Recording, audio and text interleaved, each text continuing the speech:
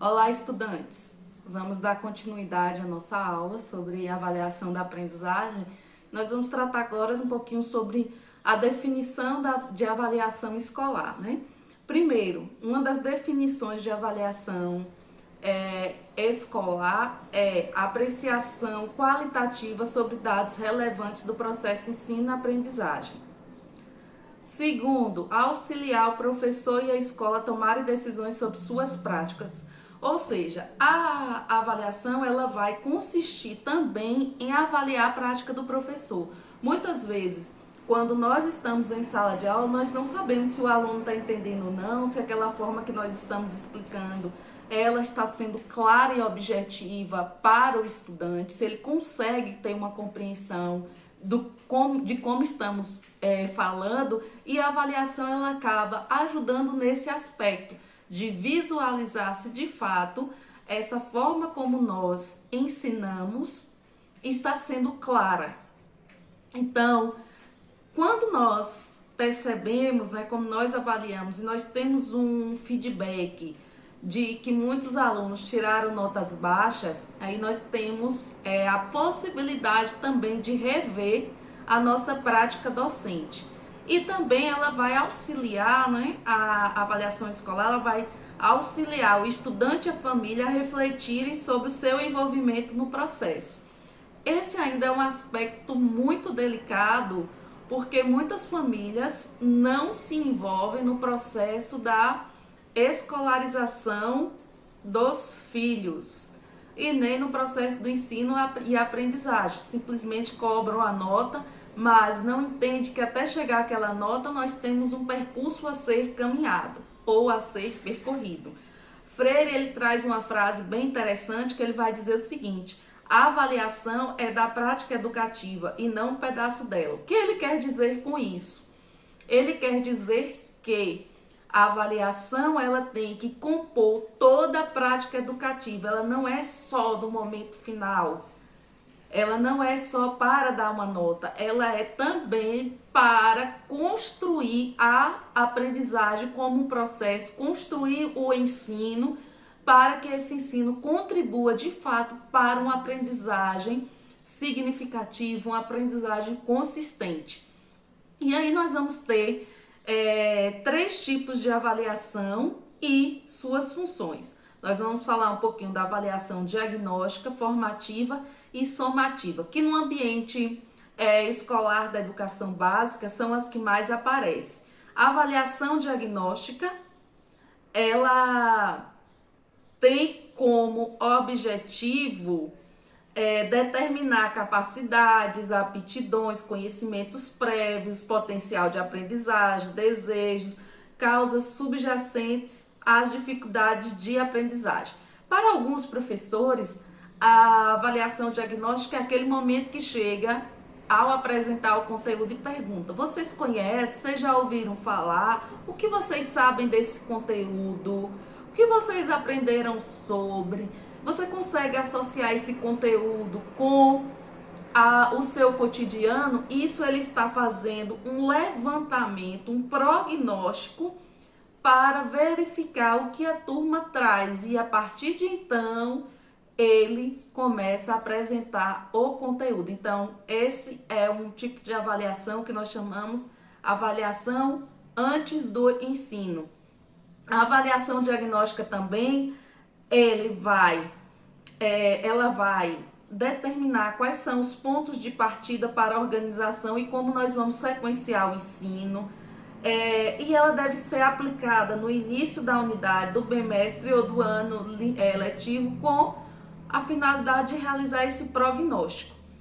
A avaliação formativa, ela vai acontecer durante o ensino. Ela é ativa e tem como elemento fornecer feedbacks para o professor e o aluno, localizar as falhas e dificuldades, aplicar durante a instrução comportamentos cognitivos, essa aprendizagem do conteúdo, padrão individual e de desempenho. O que isso quer dizer? Ela vai caracterizar a dinâmica da situação educativa do professor, pesquisador e tomador de decisões.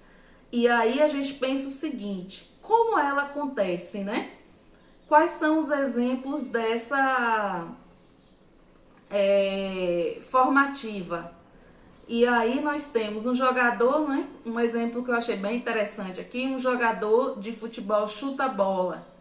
Então é como se aquela bola que está sendo chutada, eu posso verificar qual é a trajetória daquela bola. Então, a formativa, ela quer ver a trajetória. Ela vai estar no meio, né? Primeiro a gente faz o diagnóstico, depois a gente faz a formativa, que é para avaliar se de fato a forma como nós estamos ensinando está sendo compreensível para os nossos estudantes, se eles estão tendo facilidade em compreendê-las.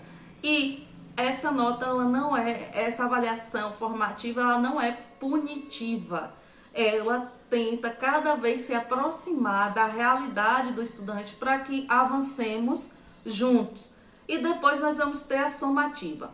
A somativa é o final do processo, a atribuição de notas. Infelizmente, no nosso sistema educacional, sem a nota, não é possível dizer que o aluno de fato tem condições ou não. Tudo no nosso sistema educacional brasileiro, ele é voltado para essa soma. No final você tem uma nota e saber se sua nota é 7, é como se a sua aprendizagem fosse 7. No entanto, aquela nota não corresponde à aprendizagem. É bom a gente ter noção disso. O objetivo da somativa é determinar os resultados alcançados ao final de uma unidade ou curso. A atribuição de notas, suas principais características são nem tanto a sua periodicidade, mas sim estar no final de cada etapa. Em cada etapa tem uma nota. Sua maior abrangência, né? Quanto mais abrangente é essa etapa, melhor, porque dá para a gente conciliar a diagnóstica e a formativa. Percebam que tanto a avaliação diagnóstica como a formativa, elas são construtos. Elas não acontecem de uma hora para outra, elas vão sendo construídas, refletidas, reavaliadas, replanejadas, e elas estão no movimento do planejamento.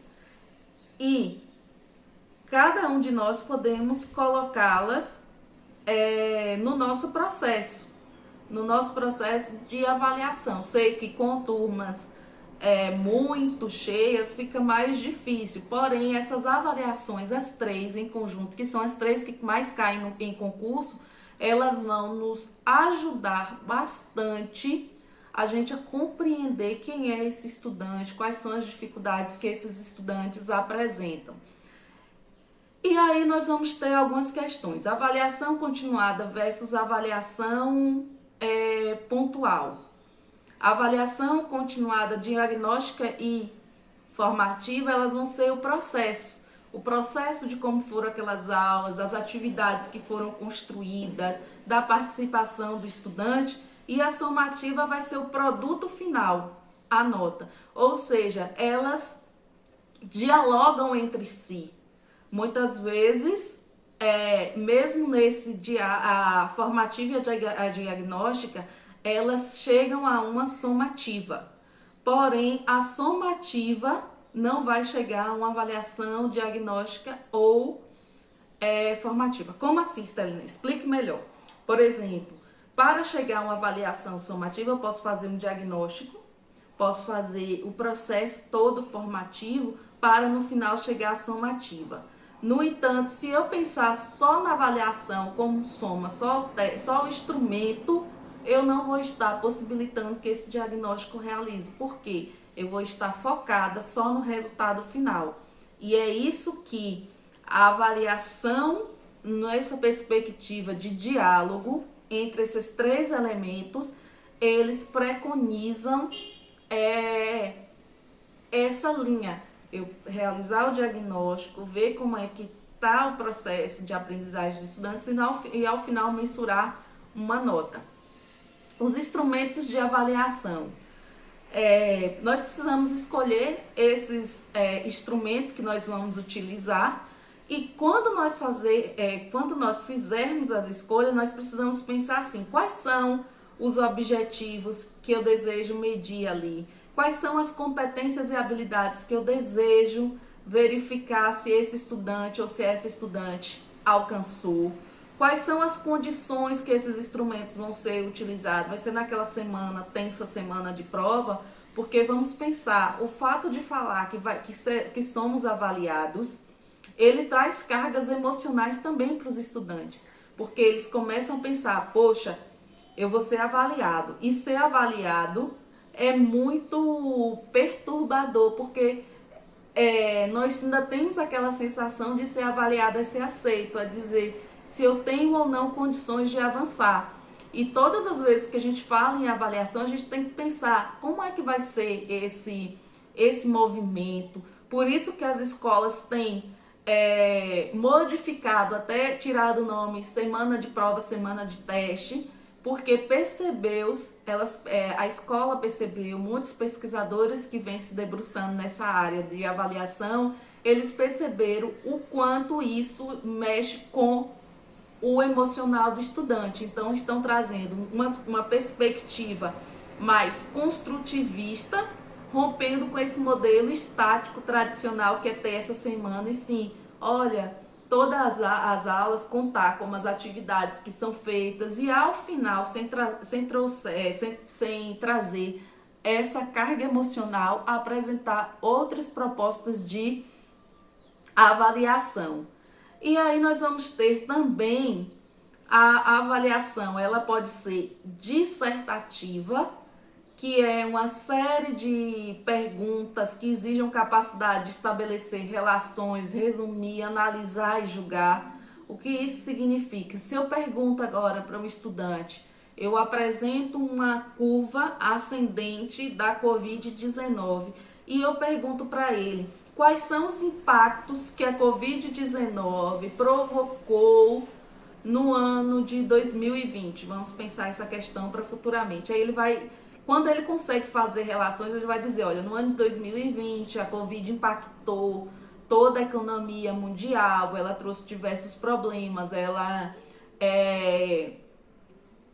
expôs a situação de que muitos brasileiros vivem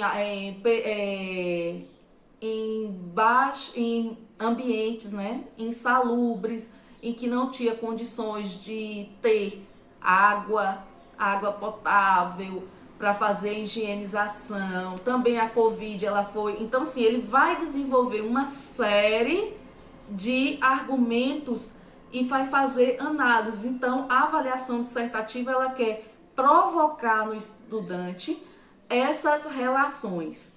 Também ela tem a função de verificar, né, se o estudante ele consegue fazer uma análise, se ele consegue formular ideias. Essa avaliação dissertativa ela está muito presente no Enem.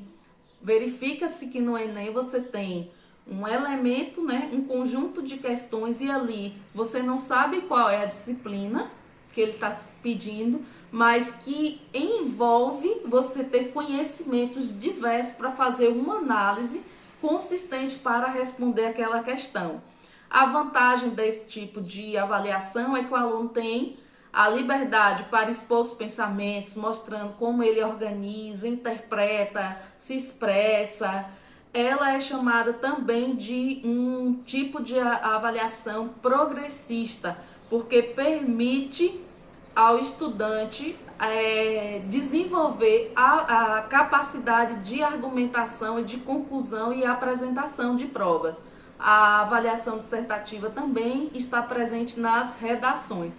Vou dar continuidade em outro vídeo para não ficar muito longo.